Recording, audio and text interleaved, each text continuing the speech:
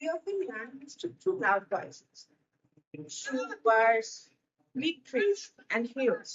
But some stories are quieter. They don't announce themselves, but they wait. This is once a story, not of power, but of feeling. A story written in a time when women were allowed to live life but not writing. Bangla is not just a language, it carries Obhiman, Biroho, Abek, emotions that cannot always be translated.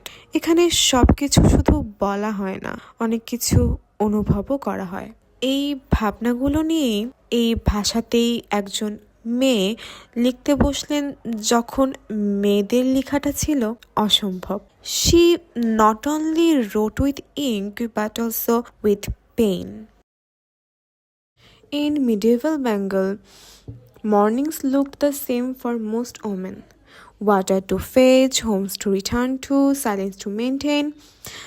Their labor was visible, their voices are not. কিন্তু এই সময়ের মাঝেও একজন মেয়ে সংসার ছেড়ে কলম ধরেছিল। While most lives moved within rigid social boundaries, she chose to hold a pen. This is not only about choice, this was a bold step to embrace a life totally different from the contemporary woman. ভক্তি ছিল তার মনে আর লেখায় ছিল বিরহ। তার নাম চন্দ্রাবতী। আর আজকের গল্প তাকে নিয়েই।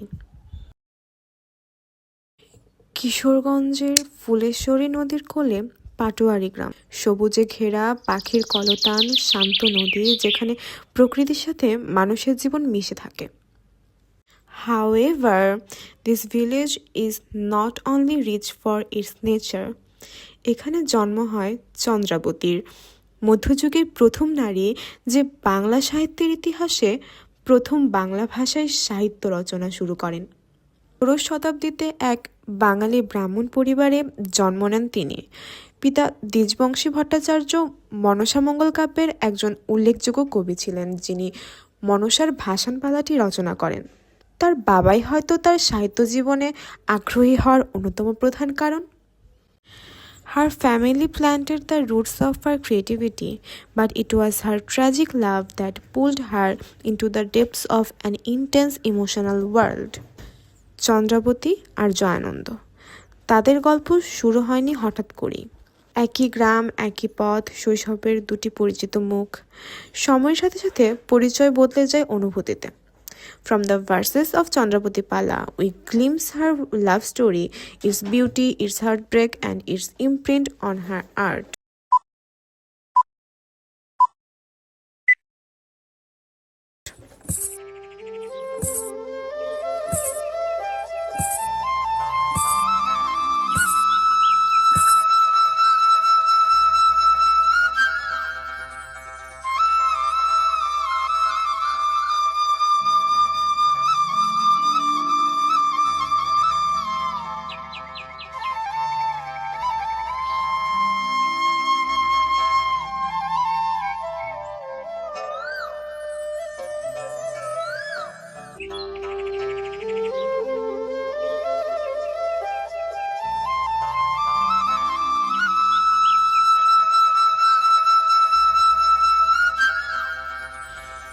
জয়ানন্দ তুলে ফুল, ওইনা সাজি ভরি, জবা তুলে, চম্পা তুলে, গ্যান্দা নানা জাতি, বাছিয়া বাছিয়া তুলে মল্লিকা মালতী।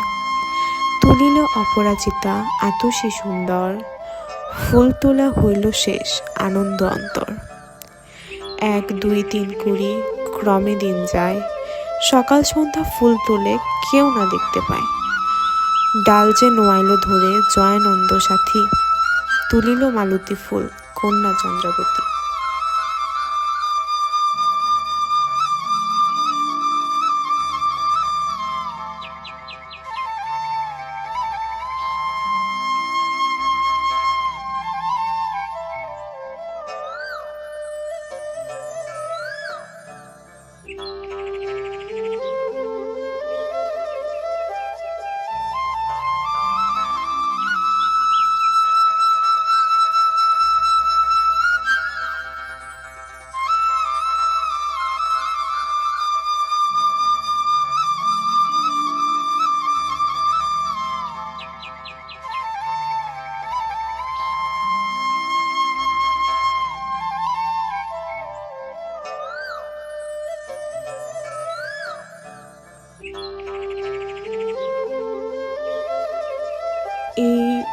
নীরবতার মাঝে অনুভূতিগুলো স্থান পায় পত্রে।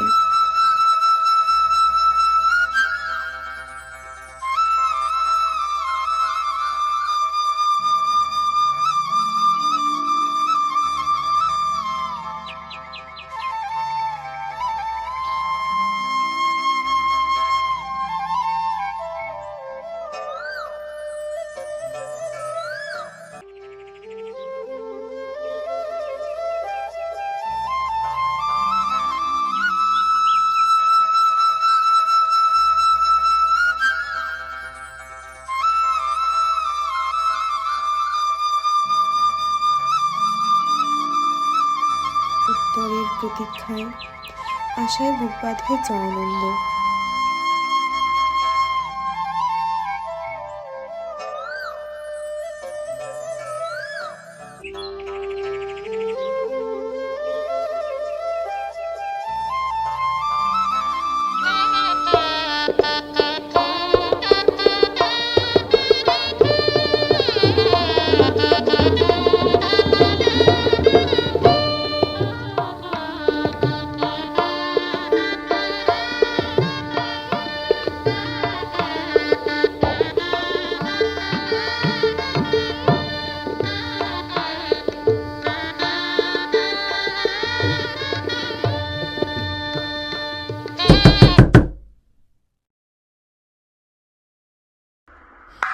যে সম্পর্ক বিবাহের প্রতিশ্রুতিতে পৌঁছেছিল সেই সম্পর্ক মোড় নেয় ভাঙনের পথে। জয়ানন্দের জীবনে আসে আরেক নতুন নাম, কমলা। প্রতিশ্রুতি ভেঙেছিল, ভালোবাসাও ভেঙেছিল।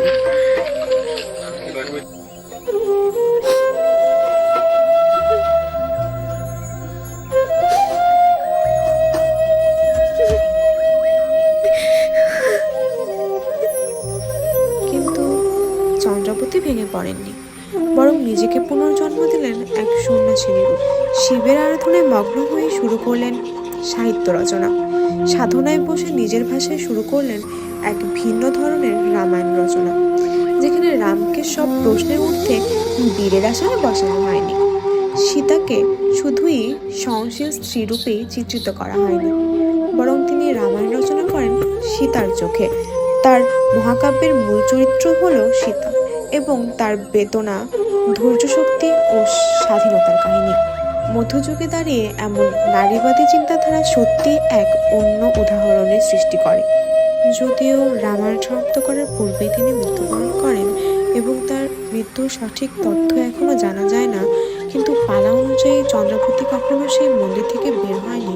অন্যদিকে লোকমুখে প্রচলিত জয়ানন্দ পুনরায় চন্দ্রাবতীর কাছে ফিরে আসতে চাইলে চন্দ্রাবতী কখনো সাড়া না দেওয়ায় জয়ানন্দ নদীতে ঝাঁপ দেয় এবং তা শোনার পর চন্দ্রাবতী নিজেও নদীতে ঝাঁপ দিয়ে আত্মহত্যা করেন। এছাড়াও সুন্দরী মনুয়া এবং দস্যু কেনারাম তার উল্লেখযোগ্য দুটি রচনা ময়মনসিংহ গীতিকার অন্তর্ভুক্ত। To deepen this discussion, we are joined by Dr. Anand Jaman, Professor of Drama and Dramatics at Jahangirnagar University. His speeches will reveal how women's voices have shaped our literary doctor Ananda Zaman, অধ্যাপক, নাটক নাট্য। এখন চন্দ্রাবতী বাংলা সাহিত্যের জন্য একজন সবিশেষ কেন? আমরা ইতিহাসে কিংবা যেভাবে চন্দ্রাবতীকে পেয়েছি সেটা হচ্ছে চন্দ্রাবতী বাংলা ভাষা প্রথম মহিলা কবি হিসেবে তার এক ধরনের খ্যাতি রয়েছে। আবার আমরা ছোট ছোট যে অনেক পয়ার পাই কিংবা গান পাই কিংবা আখ্যান পাই, সেখানে ছোট ছোট করে এবং মলুয়া এরকম কিছু বন্দনাতেও লেখা থাকে যে কহে চন্দ্রাবতী। এই কহে চন্দ্রাবতী এই শব্দটির জন্য ধারণা করা হয় যে ওই পালাগুলো আসলে চন্দ্রাবতী লিখেছেন। দীনেশ চন্দ্র সেন যখন এই গীতিকা পালাগুলো সংগ্রহ করেছেন তখন কিন্তু এই পালাগুলো কে লিখেছেন এটা প্রত্যেকটা জায়গায় উনি ফাইন্ড আউট করতে পারেনি, কারণ এই পালাগুলো তো যে পালাকার এগুলো করছিলেন সেই পালাকার যে এটি রচনাকার সেটি কিন্তু না, তিনি আসলে পালাকার হিসেবে আসলে পরিবেশন করছিলেন। ফলে প্রত্যেকটা ক্ষেত্রেই এটি ওই কে লিখেছেন মূল পালা এটি কিন্তু সব ক্ষেত্রে পাওয়া যায়নি, বরং বন্দনা থেকে কিংবা আখ্যানের বিভিন্ন জায়গায় আহ, নাম উল্লেখ থেকে এটা দেখা যায় যে কে এটি লিখেছেন। তো ওইরকম থেকে ধারণা করা হয় যে যে পালাগুলোতে কিংবা যে গীতগুলোতে যে পয়ারগুলোতে লেখা রয়েছে যে কহে চন্দ্রাবতী, গবেষকরা ধারণা করেন যে এই পালাগুলো তিনিই লিখেছেন। Heartbreak could not break Chandravati. Devoted to Shiva, she rewrote the Ramayana from a woman's sorrow.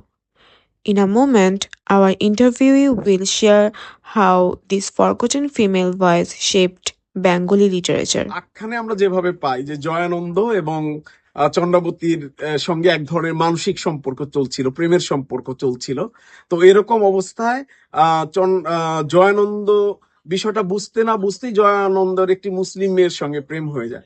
তখন এই যে হঠাৎ করে মেয়েটি একটি নিদারুণ জীবনের একটি কঠিন সময়ের সম্মুখীন হলো, বিরহের সম্মুখীন হলো। এই বিরহটি সে সহ্য করেছে কিংবা এই বিরহকে সে সাধনায় রূপান্তরিত করেছে। এরপরে আমরা যে চন্দ্রাবতীকে পাই সে আসলে প্রেমিকা চন্দ্রাবতী না, সে আসলে মহিলা কবি চন্দ্রাবতী, সে আসলে একজন ধ্যানী চন্দ্রাবতী, একজন সাধক চন্দ্রাবতী। সে মন্দিরের ভেতরে মন্দিরের দরজা রুদ্ধ করে দিনের পর দিন তাকে আমরা রামায়ণ চর্চায় দেখি, তাকে আমরা পালা চর্চায় দেখি, তাকে আমরা পদ্য কিংবা কাব্য রচনায় নিমজ্জিত দেখি।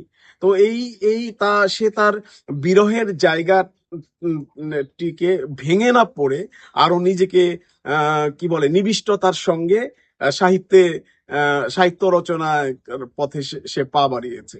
এবং এরপরে যখন জয়ানন্দ তার ভুল বুঝতে পেরে এসে তাকে অনেকবার নক করে দরজা খুলবার জন্য, তখনও আমরা দেখি যে সাধনা এতখানি নিমজ্জিত, তখন কিন্তু চন্দ্রাবতী আর জয়ানন্দের সেই প্রার্থনায় কিংবা আকুতিতে আকুলতায় কিন্তু আমরা সারা দিতে দেখি না। তাকে তার রামায়ণ রচনার মধ্যেই দেখি। এবং জয়ানন্দকে আমরা আখ্যানে যেটি দেখি যে জয়ানন্দ অনেক ফুলের পাপড়ি টাপড়ি দিয়ে অনেক দরজার চৌকাঠে অনেকগুলো চিঠি লিখে গিয়েছে। হ্যাঁ, তো এই যে একটা বিরহ থেকে মেয়েটি সাধনার পথে গেল, এটি এর পরবর্তীতে যে রামায়ণ রচনা করলো কিংবা অন্য যে কাব্য সাহিত্য রচনা করলো সেটি একটি অন্যরকম ব্যাপার তৈরি করে বাংলা সাহিত্যে। Her life did not unfold kindly, but she did not break. She wrote. When she wrote, she chose Sita, not the divine wife, not the obedient shadow, but the abandoned woman. Male poets praised Rama's valor, his vow, his victories, his righteousness. Chandravati asked a different question. What about Sita? What about the woman who waited in the forest, who swallowed humiliation, who proved herself, her purity again and again for a world that never proved its own? This was not epic glory, this was epic grief. And grief is political. People call that feminism, but she did not need the term, she had the clarity. Her heartbreak redirected her towards language, towards devotion, towards Shiva as a companion, towards Sita as mirror.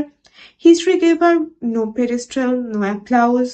On the other hand, male poets entered archives, but she entered Whisper, the quieter archive. Chandrapati did not rewrite Ramayana.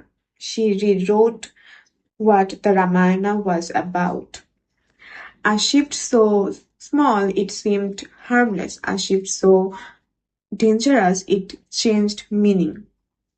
She did not seek fame, she sought truth, and truth is rarely glamorous. From the margins, she did what the center would not. She honored the woman. And sometimes the margin is where revolution take place.